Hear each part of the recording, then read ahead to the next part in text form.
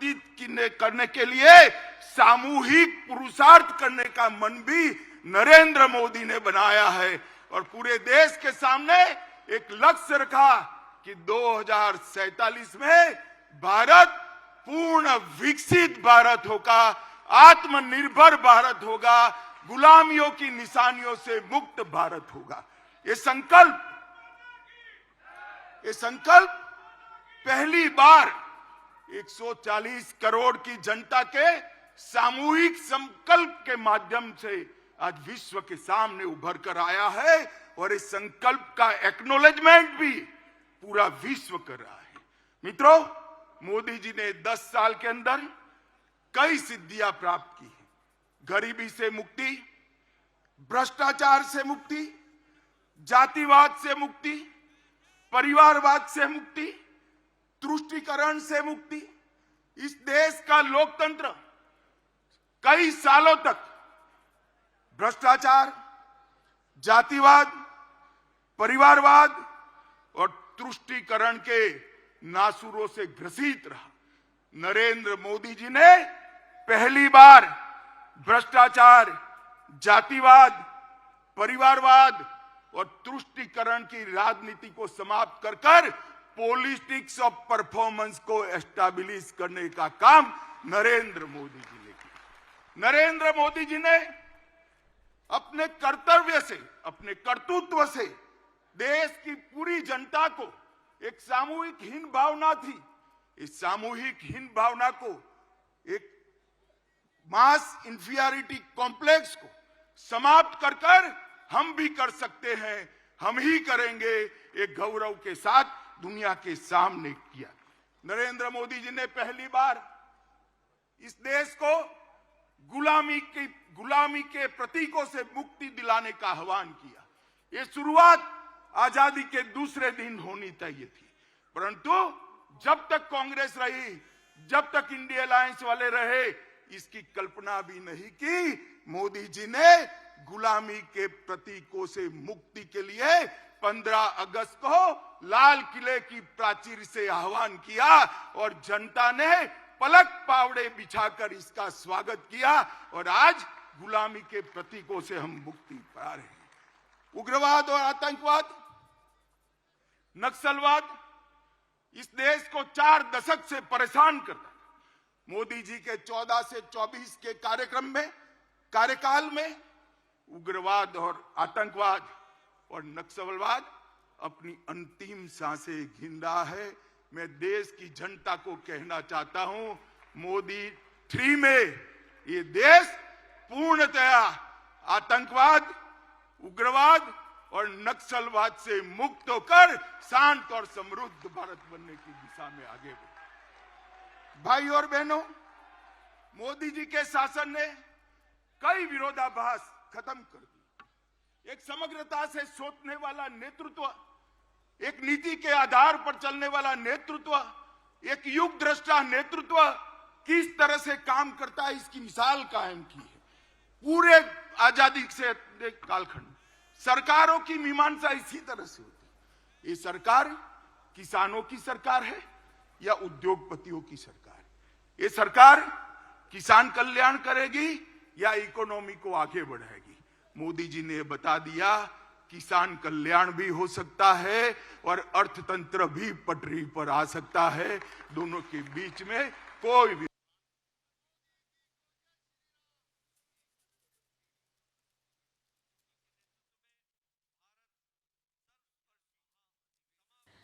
તો જે રીતે રાષ્ટ્રીય અધિવેશન ચાલી રહ્યું છે ભાજપનું, આજે બીજો દિવસ છે અને તેમાં અમિત શાહ સંબોધન કરી રહ્યા છે, કોંગ્રેસ ઉપર પ્રહાર કરી રહ્યા છે, કોંગ્રેસે ફક્ત વોટ બેંક બનાવી છે તેવું પોતાના સંબોધનમાં અમિત શાહે કહ્યું।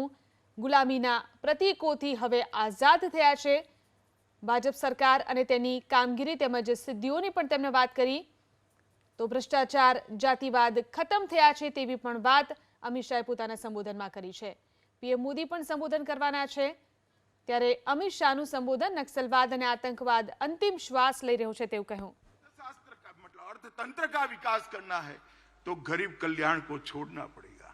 मैं आज सबके सामने कहना चाहता हूं, हर किसान को हर साल 6,000 रुपया देना, हर गरीब को सभी प्राथमिक सुविधाएं एक साथ दे देना और अर्थतंत्र को 11वें नंबर से 5वें नंबर पर ला देना, वो मोदी जी ही कर सकते हैं और कोई नहीं कर सकता। भाई और बहनों, आज एक संदेश लेकर जाइए यहां से।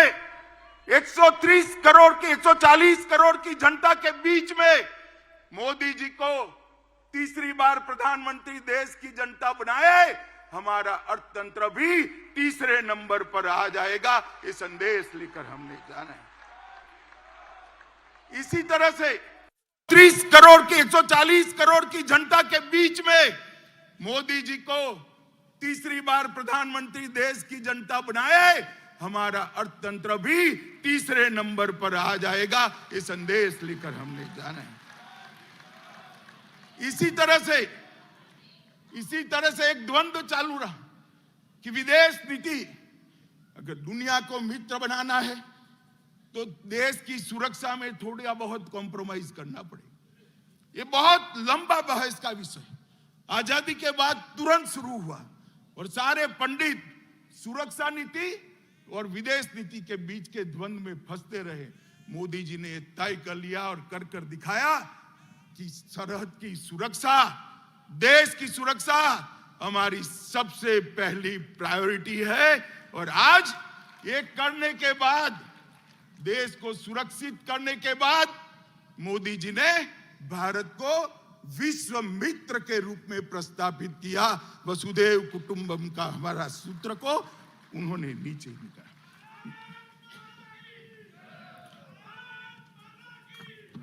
मित्रों, इंडी अलायंस और कांग्रेस पार्टी, इसकी देन थी कि इस देश के लोकतंत्र की स्पिरिट को खत्म कर दिया। देश के लोकतंत्र को भ्रष्टाचार, परिवारवाद, तुष्टीकरण और जातिवाद से कलर्ड कर दिया।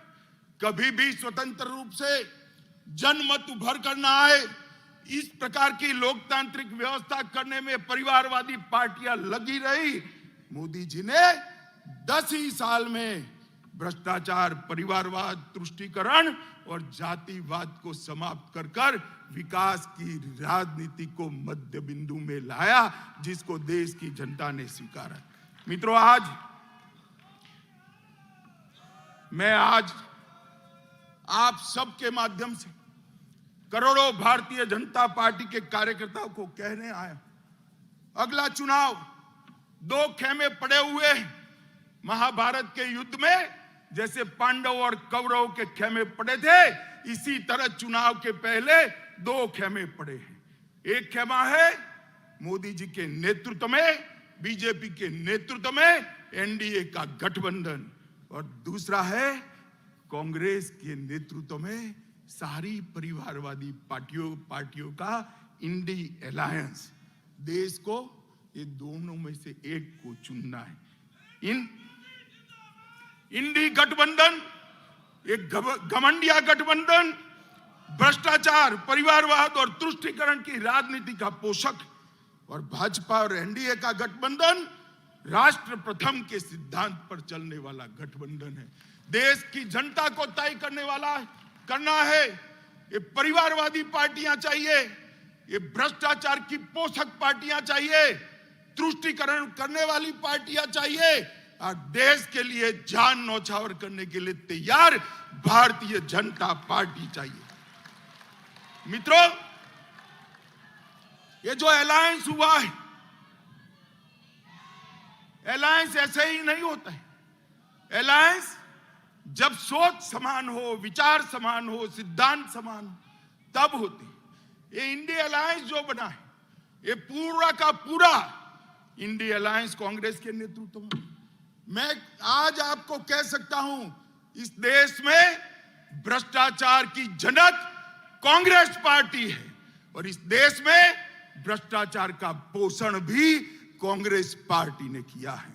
मित्रों, 10 साल यूपीए के ले लीजिए, कोल ब्लॉक आवंटन, कॉमनवेल्थ गेम का घोटाला, 2G घोटाला, शारदा चिटफंड का घोटाला, हिमाचल में सेबों की बिक्री का घोटाला, INX मीडिया का घोटाला, एयरसेल मैक्सिस का घोटाला, अंतरिक्ष देवास का घोटाला, लैंड फॉर जॉब का घोटाला, पंचकुला और गुड़गांव में भूमि आवंटन का घोटाला, जम्मू कश्मीर क्रिकेट एसोसिएशन का घोटाला, एम्ब्रियर डील, बेसिक ट्रेनर विमान में घोटाला, हॉक एयरक्राफ्ट खरीदी में घोटाला, सबमरीन का घोटाला, ऑगस्टा वेस्टलैंड का घोटाला, बोफोर्स का घोटाला, जीप घोटाला, मारुति घोटाला और भोपाल गैस कांड से चंदा उगाने का घोटाला।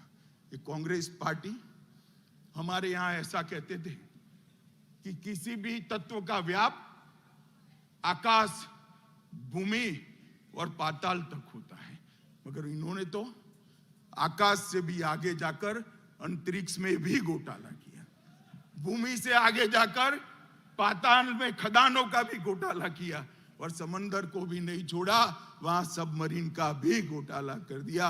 जब नल थल अंतरिक्ष हर जगह एक कांग्रेस ने घोटाले किए और इंडी अलायंस का नेतृत्व कांग्रेस के हाथ में। मैं देश की जनता को कहना चाहता हूं, किस प्रकार की सरकार, एक और ये लाखों करोड़ के घपले घोटाले करने वाली कांग्रेस है और दूसरी ओर 23 साल से राज्य सरकार और केंद्र सरकार में मुखिया रहने के बाद भी हमारे विरोधी भी एक कानी पाई का आरोप न लगा सके, ऐसा नेतृत्व नरेंद्र मोदी का नेतृत्व। देश की जनता ने, मित्रों, देश की जनता ने तय करना है कि देश का भविष्य ये भ्रष्टाचारियों के हाथ में सौंपना है या नक्सिक प्रामाणिक व्यक्ति जिस पर दुश्मन भी आरोप नहीं कर सकते ऐसे नरेंद्र मोदी जी को सौंपना। और मित्रों, एक कहावत है, बड़े मियां तो बड़े मियां, छोटे मियां भी सुभान अल्लाह। जब कांग्रेस पार्टी इतना भ्रष्टाचार करती है तो साथी भला क्यों बाकी रहेंगे? आम आदमी पार्टी आबकारी जकात का घोटाला, लोगों के उपचार में मोहल्ला क्लिनिक का घोटाला, ढेर सारे घोटाले किए, लोगों के मेडिकल टेस्ट करने में भी घोटाला किया और आज उनका सारा नेतृत्व कोर्ट से भागता है, कोर्ट से भागता है, एजेंसियों से भागता है। झारखंड में एक एमपी के घर से 350 करोड़ रुपया जब्त होता है। छत्तीसगढ़ में महादेव के नाम से जुआ खिलाने का एक घोटाला आता है।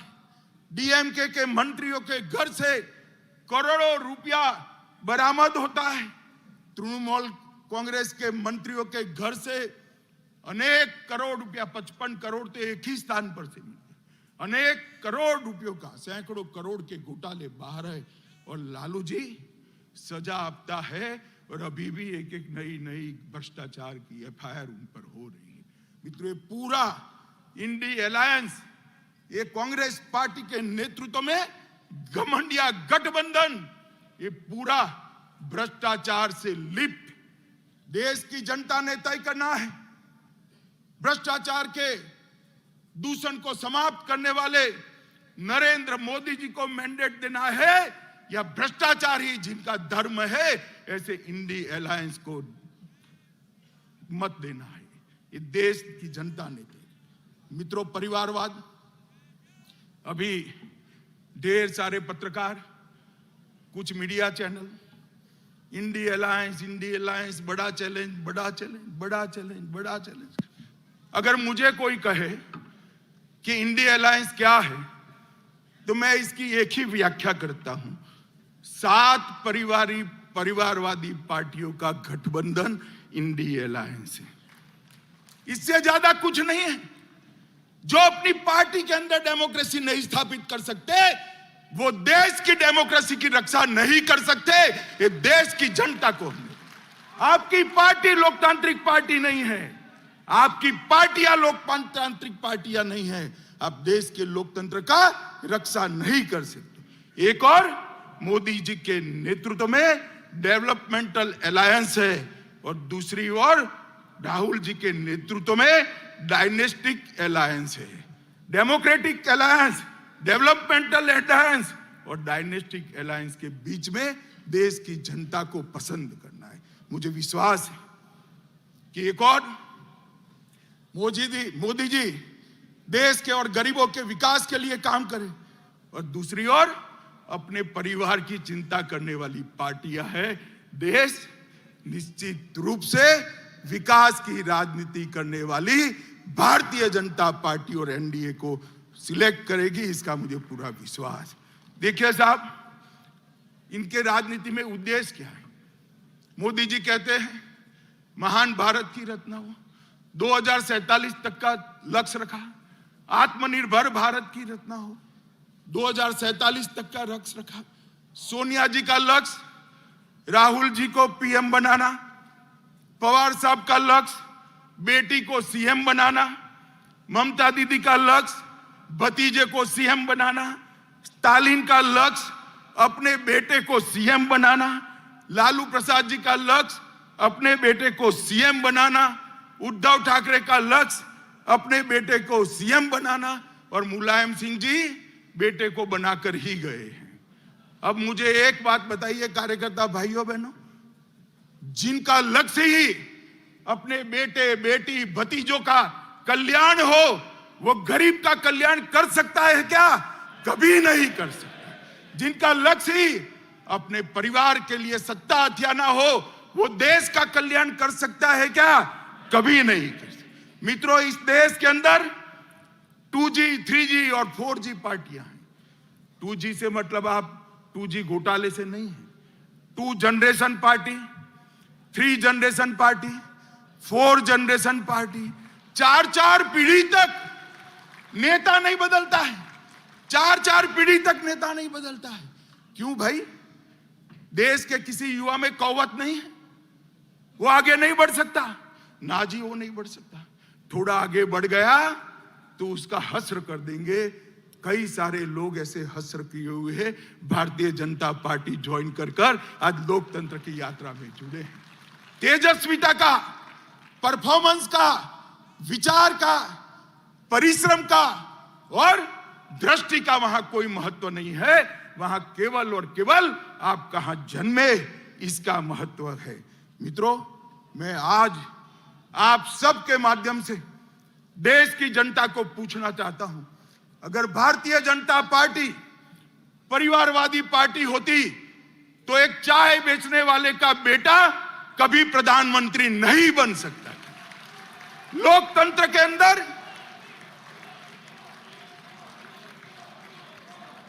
मित्रों, लोकतंत्र के अंदर ये बहुत जरूरी है, सबको समान अवसर मिले, सबके अंदर ईश्वर दत्त शक्तियां जो पड़ी हैं, वो ईश्वर दत्त शक्तियों के आधार पर उसको आगे बढ़ने का मौका मिले, और वो केवल और केवल भारतीय जनता पार्टी में विद्यमान है और किसी दल में नहीं। भाई और बहनों, मोदी जी एक गरीब परिवार से, गरीब मतलब आप कल्पना नहीं कर सकते, इतने गरीब परिवार से इस देश के सम्मानीय प्रधानमंत्री बने, जिन्होंने पूरे विश्व में देश को सम्मान दिलाया, गौरव दिलाया, प्रस्थापित।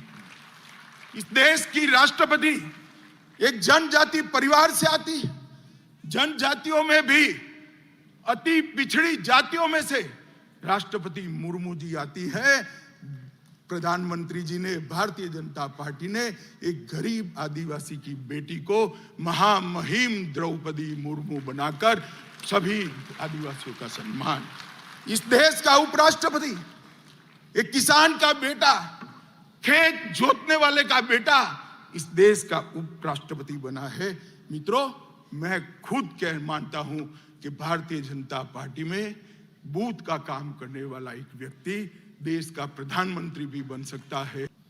आपने रामलल्ला की प्राण प्रतिष्ठा के निमंत्रण को ठुकराकर केवल ये ऐतिहासिक पल में हिस्सेदार होने से आप नहीं कतराए हैं, आपके देश के महान बनने की प्रक्रिया से अपने आप को दूर कर लिया है। देश की जनता इसको देख भी रही है और याद भी रख रही है। मित्रों, खैर वो आए ना आए, भारतीय जनता पार्टी तुष्टीकरण में नहीं मानती है। मैं आज इस महान अधिवेशन के सामने कहना चाहता हूं, किसी भी लोकतांत्रिक देश में भी बहुमत समाज ने अपनी श्रद्धाओं के निर्वहन के लिए इतनी लंबी कानूनी लड़ाई नहीं लड़ी है। 75 साल तक हम कानूनी लड़ाई लड़े और संपूर्ण लोकतांत्रिक तरीके से हमने राम मंदिर का निर्माण किया। इसका संपूर्ण यश हमारे प्रधानमंत्री नरेंद्र मोदी जी को जाता है।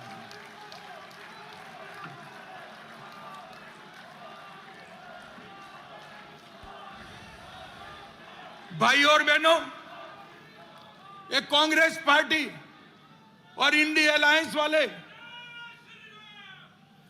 ये कांग्रेस पार्टी और इंडिया अलायंस वाले हम पर आरोप लगाते हैं कि भारतीय जनता पार्टी अस्थिरता फैलाती। मैं तो ज्यादा जवाब नहीं देता, मगर चुनाव का समय आया है, जनता के सामने सच रखना चाहिए।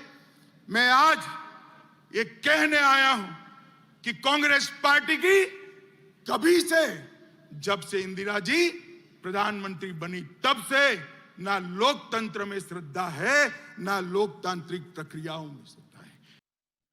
हर भाषण वो 9 महीने तक बोलते ही रहेंगे। 9 महीने के बाद स्क्रिप्ट बदलता है, ये तय है उनका। अभी उनके हाथ में ओबीसी का भाषण किसी ने थमा दिया है। हर जगह ओबीसी पूछते हैं, हर सवाल ओबीसी के लिए। मैं इनको कहना चाहता हूं, भाई अच्छा ट्यूटर रख लो, अच्छा शिक्षक रख लो, और कांग्रेस पार्टी ने ओबीसी के लिए क्या किया है उसका जरा अध्ययन कर लो। आप जो बोल रहे हो वो आपके ही खिलाफ जा रहा है।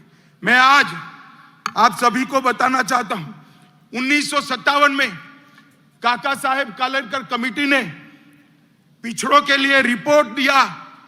कांग्रेस पार्टी ने इसको कभी इंप्लीमेंट नहीं किया। मंडल आयोग बना 1980 में, मंडल आयोग को इंदिरा गांधी ने ठंडे बस्ते में डाल दिया। 1990 में जब इंप्लीमेंटेशन की बारी आई, विपक्ष के नेताए नाते राजीव गांधी ने पार्लियामेंट में इसका विरोध किया। और मित्रों, ओडिशा में और जवाहरलाल जी ने 1951 में जातिवादी सर्वे का विरोध किया था। और भारतीय जनता पार्टी ने क्या किया? मैं पिछड़ा समाज की बात करता हूं, बड़े गौरव के साथ बात करता हूं। मित्रों, हमने इस देश को गौरव हो इस तरह से अति पिछड़ी जाति का प्रधानमंत्री देने का काम भारतीय जनता पार्टी ने किया। आज देश में पहला मंत्रिमंडल ऐसा है मोदी जी का जिसमें 27 मंत्री ओबीसी है। राज्यों को ओबीसी की सूची का संशोधन करने का अधिकार मोदी जी ने दिया। केंद्रीय विद्यालय, नवोदय विद्यालय, सैनिक स्कूल और मेडिकल इंजीनियरिंग के दाखिलों में 27% आरक्षण पहली बार नरेंद्र मोदी जी ने दिया। ओबीसी की छात्रवृत्ति में 33% की वृद्धि नरेंद्र मोदी जी ने की। आईआईटी में ओबीसी छात्रों की ट्यूशन फी को माफ करने का निर्णय देश के प्रधानमंत्री नरेंद्र मोदी ने किया। नीट की परीक्षा में ओबीसी बच्चों का पहली बार अगर आरक्षण हुआ तो नरेंद्र मोदी जी ने किया। पेट्रोल पंप और गैस की एजेंसियों में 27% पिछड़ा वर्ग को आरक्षण देने का काम नरेंद्र मोदी जी ने किया। और ये जितनी भी गरीब कल्याण की स्कीमें बनी है उस सब में सबसे बड़ा बेनिफिशियरी अगर कोई है तो दलित, पिछड़ा और ओबीसी भाई है। राहुल गांधी, आप हमें क्या ओबीसी का कल्याण सिखाते हो? हम तो समाज के हर वर्ग को साथ में लेकर चलते हैं। जो पिछड़ा है उसको ज्यादा मिलता है, जो अकड़ा है वो अपने आप अपना शहर जाने देता है। मोदी जी ने इस देश की जनता का आह्वान किया, जिनको सुख है, संपत्ति है, ईश्वर की कृपा है, वो अपनी गैस की सब्सिडी छोड़ दे। 2 करोड़ से ज्यादा लोगों ने गैस की सब्सिडी अपने आप त्याग करी। मोदी जी ने करोड़ों गरीबों को फ्री ऑफ कॉस्ट गैस देने का काम किया। मित्रों, मोदी जी ने 10 साल के अंदर जातिवाद, परिवारवाद, भ्रष्टाचार, तुष्टीकरण को समाप्त कर दिया। इसके आधार पर राजनीति करते थे, इसके आधार पर अपनी राजनीति को आगे बढ़ाते थे। उनका स्वप्न, ये 4 आधारों पर सत्ता हथियाने का स्वप्न मोदी जी ने चूर चूर कर रख दिया। अब इस प्रकार के कलुषित मैंडेट वो प्राप्त नहीं कर सकते हैं। आज 10 साल में देश महान भारत, विकसित भारत का स्वप्न लेकर आगे बढ़ रहा है। दूर दूर तक सत्ता प्राप्ति की संभावना आज घमंड या गठबंधन को नहीं देखती है। इसके लिए वो लोग डिनायल मोड में आ गए, हर चीज में विरोध करते। धारा 370 और महिलाओं को अधिकार देने के कई मौके आए, वे विरोध करते रहे। 3 तलाक का विरोध किया, ओबीसी कमीशन का विरोध किया, कश्मीर में गुर्जर, बकरवाल, पहाड़ी वाल्मीकियों को रिजर्वेशन देने का विरोध किया। नारी शक्ति वंदन अधिनियम में भी कई सारे व्यवधान खड़े किए। हिंदू शरणार्थियों को नागरिकता देने का सीए का बिल, इसका विरोध किया। एक देश एक टैक्स, जीएसटी का विरोध किया। दलित को राष्ट्रपति बनाना, आदिवासी को राष्ट्रपति बनाना आपने आम सहमति नहीं होने दी।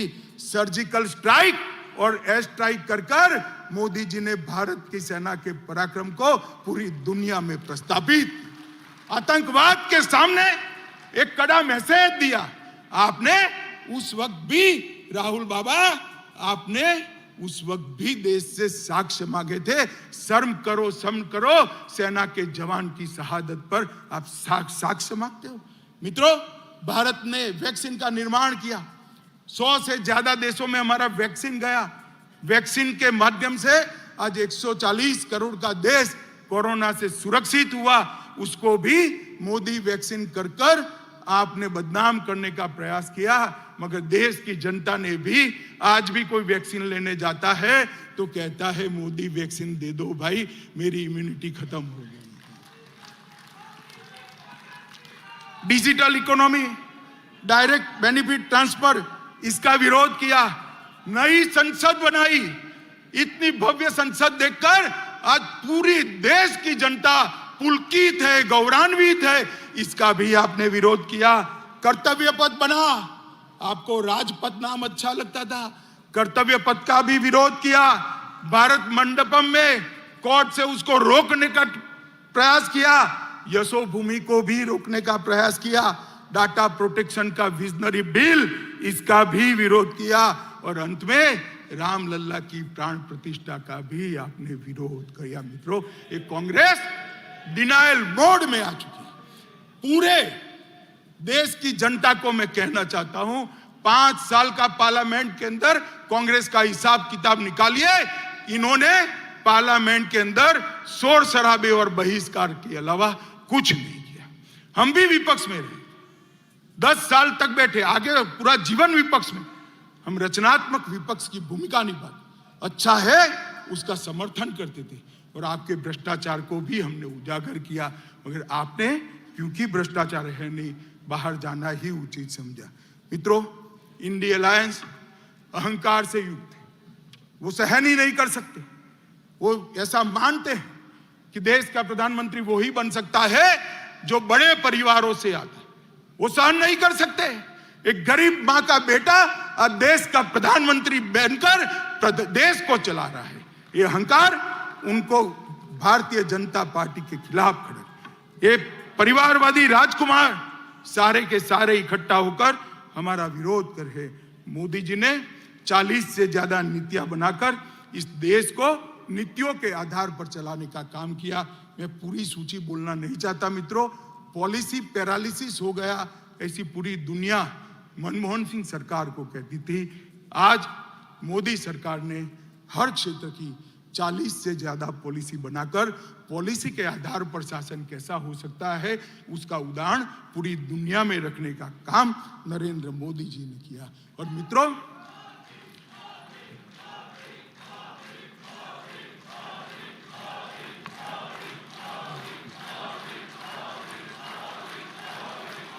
भारत माता की। मित्रों, मैं और आप हमारे नेता के वखान करें, पत्रकार भी कहेंगे, एक घमंडिया गठबंधन भी करेगा, आपको ऐसा ही करोगे। मगर मैं आज देश की जनता का भी धन्यवाद करना चाहता हूं। आपने बार बार भारतीय जनता पार्टी को आशीर्वाद देकर, मोदी जी को आशीर्वाद देकर अपना समर्थन जताया है। आज देश के 70 राज्यों में, 17 स्टेट्स में एनडीए की सरकार है। 58% हिस्से पर, जिसमें 57% आबादी है, वहां एनडीए का रूल है। गुजरात में हम लगातार 6 चुनाव जीते। मध्य प्रदेश में 21 सालों से शासन में है। गोवा में 3 बार जीते। उत्तर प्रदेश में 2 बार जीते। उत्तराखंड में 2 बार जीते। हरियाणा में 2 बार जीते। अरुणाचल में 2 बार जीते। आसाम में 2 बार जीते। त्रिपुरा में 2 बार जीते। मणिपुर में 2 बार जीते। और छत्तीसगढ़ और राजस्थान में भी 3-3 टर्म तक मैंडेट मिला था। और फिर से चौथा मैंडेट छत्तीसगढ़ और राजस्थान की जनता ने दिया है। बिहार, महाराष्ट्र, मेघालय, नागालैंड और सिक्किम, वहां एनडीए को बार बार आशीर्वाद मिला। मित्रों, ये जनादेश जो है वो मैं मानता हूं मोदी जी का परिश्रम, मोदी जी की नीतियां, मोदी जी के परफॉर्मेंस पर 140 करोड़ की जनता का ठप्पा है, जो इंडिया अलायंस को नहीं दिखाई। भाई और बहनों, मैं अंत में इतना कहना चाहता हूं। अभी अभी इंडिया अलायंस वाले के जो नेता हैं, कांग्रेस पार्टी, एक भारत जोड़ो यात्रा निकली। तोड़ना तो, निवेदन तो आपके भारत तोड़ने के हैं, भारत जोड़ो यात्रा लेकर निकले। मैं उनको कहना चाहता हूं, किसी भी पार्टी के कार्यक्रम और यात्राएं, राजनीतिक कार्यक्रम, वो पार्टी का परिचय करा दे। कांग्रेस पार्टी आजादी के बाद जितने भी आंदोलन किए, सत्ता में वापस आने के लिए की। भारतीय जनता पार्टी का 1950 से इतिहास है। हमने जब भी आंदोलन किए, देश के लिए किए, सिद्धांतों के लिए किए, जनता के लिए। सबसे पहले जम्मू कश्मीर के लिए श्यामा प्रसाद मुखर्जी शहीद हुए, हमने 370 हटाने का आंदोलन किया। गोवा बचाओ का आंदोलन भारतीय जनता पार्टी ने किया। कच्छ का सत्याग्रह भारतीय जनता पार्टी ने किया। गौ हत्या पर प्रतिबंध लगाने का आंदोलन जनसंघ ने किया। आपातकाल के विरोध में हम लड़े। असम में घुसपैठियों के खिलाफ हमने पूरे देश को मोबिलाइज किया। राम जन्मभूमि का आंदोलन भी केवल और केवल भारतीय जनता पार्टी ने किया। भ्रष्टाचार के खिलाफ अडवाणी जी के नेतृत्व में हमने आवाज उठाई। तेलंगाना आंदोलन भी भारतीय जनता पार्टी ने किया और सबरीमाला का आंदोलन भी भारतीय जनता पार्टी ने किया। हमारी पार्टी ने कभी भी सत्ता प्राप्त करने के लिए आंदोलन नहीं किए हैं, जनता के परेशानियों के लिए किए, सिद्धांतों के लिए किए और देश को सुरक्षित। अब हम सब ने देश की जनता के सामने जाना है। देश की जनता को स्पष्ट बताना पड़ेगा।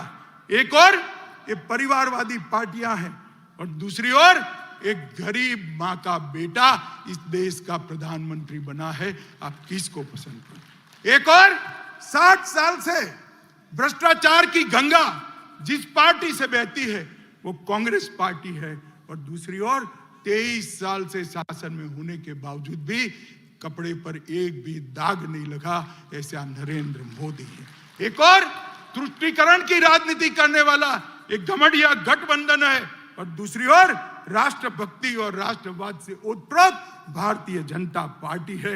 आप किसको सिलेक्ट करोगे? एक और कुछ बनने के लिए राजनीति में आए हैं और दूसरी ओर भारत माता को सर्वस्व समर्पित कर पूरा जीवन देकर काम करने वाले व्यक्ति है। एक और हर साल 3 महीने विदेश में वैकेशन करने वाला नेतृत्व है और दूसरी ओर 23 साल से एक भी छुट्टी न देने वाला कर्तृत्ववान नेतृत्व है। एक और दिशा विहीन राजनीति है, दूसरी ओर एक युग दृष्टा नेता के नेतृत्व में महान भारत की रचना को आगे बढ़ाने वाली भारतीय जनता पार्टी है।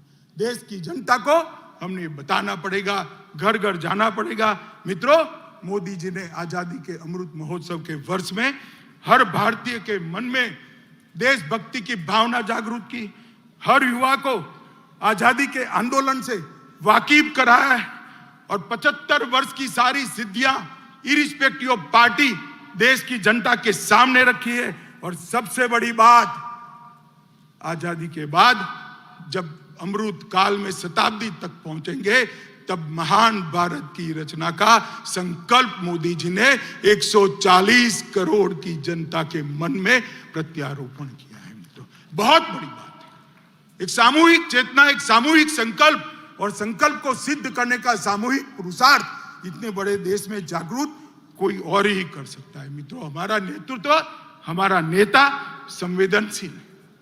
मोदी जी संवेदनशील है, हम सब जानते हैं, जनता की तकलीफों को जानते हैं, जनता की भावना को समझ। एक युग दृष्टा नेता है, वो कर्मठ है, कठोर परिश्रम करते हैं, कठोर निर्णय लेने में भी पीछे मुड़कर नहीं देखते हैं, चीन के सामने सीना तान कर खड़े रहते हैं और पाकिस्तान के घर में घुसकर सर्जिकल स्ट्राइक भी करते हैं। नोटबंदी, गरीबों के कल्याण के लिए नोटबंदी, यही नेतृत्व ने की। विश्व मित्र की भारत की छवि भी हमारे नेता ने ही बनाई। वैक्सीन के माध्यम से 100 से ज्यादा देशों के कोरोना काल में उन्होंने बढ़ा। मातृशक्ति को भगवान की तरह भक्ति से पूजा करने वाला नेतृत्व बहुत सालों बाद देश को मिला है। विधानसभा और संसद में 33% रिजर्वेशन नारी शक्ति वंदन अधिनियम से नरेंद्र मोदी जी ने लिया।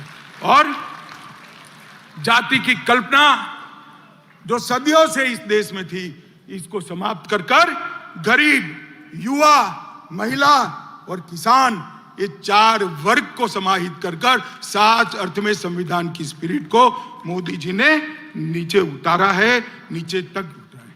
मैं मोदी जी को जानता हूं। मोदी जी दीपक की लौ की तरह है, जो खुद जलकर अंधेरों को काटने का काम करते हैं। जिस तरह से दीपक की लौ कभी नीचे नहीं जा सकती, उस तरह से मोदी जी का काम और विचार भी ऊर्ध्व गति वाले हैं, वो कभी नीचे की ओर नहीं आ सकते।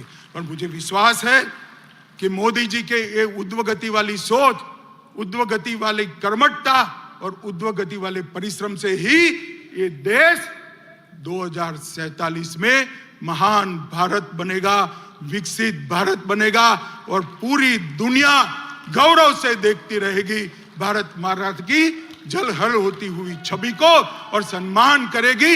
एक और मैंडेट देश की जनता के सामने बड़ी विनम्रता के साथ मांगिए कि हमारा उद्देश्य केवल और केवल 140 करोड़ की जनता की सेवा करना है और देश को महान करना है, और वो केवल और केवल नरेंद्र मोदी जी कर सकते हैं और कोई नहीं सकता। मित्रों, इस प्रस्ताव को आप सभी लोग पूरे देश में लेकर घर घर जाएंगे, ऐसा मुझे विश्वास है। अंत में फिर से एक बार दोनों हाथ उठाकर प्रचंड आवाज के साथ भारत मां का जयकारा लगाएंगे।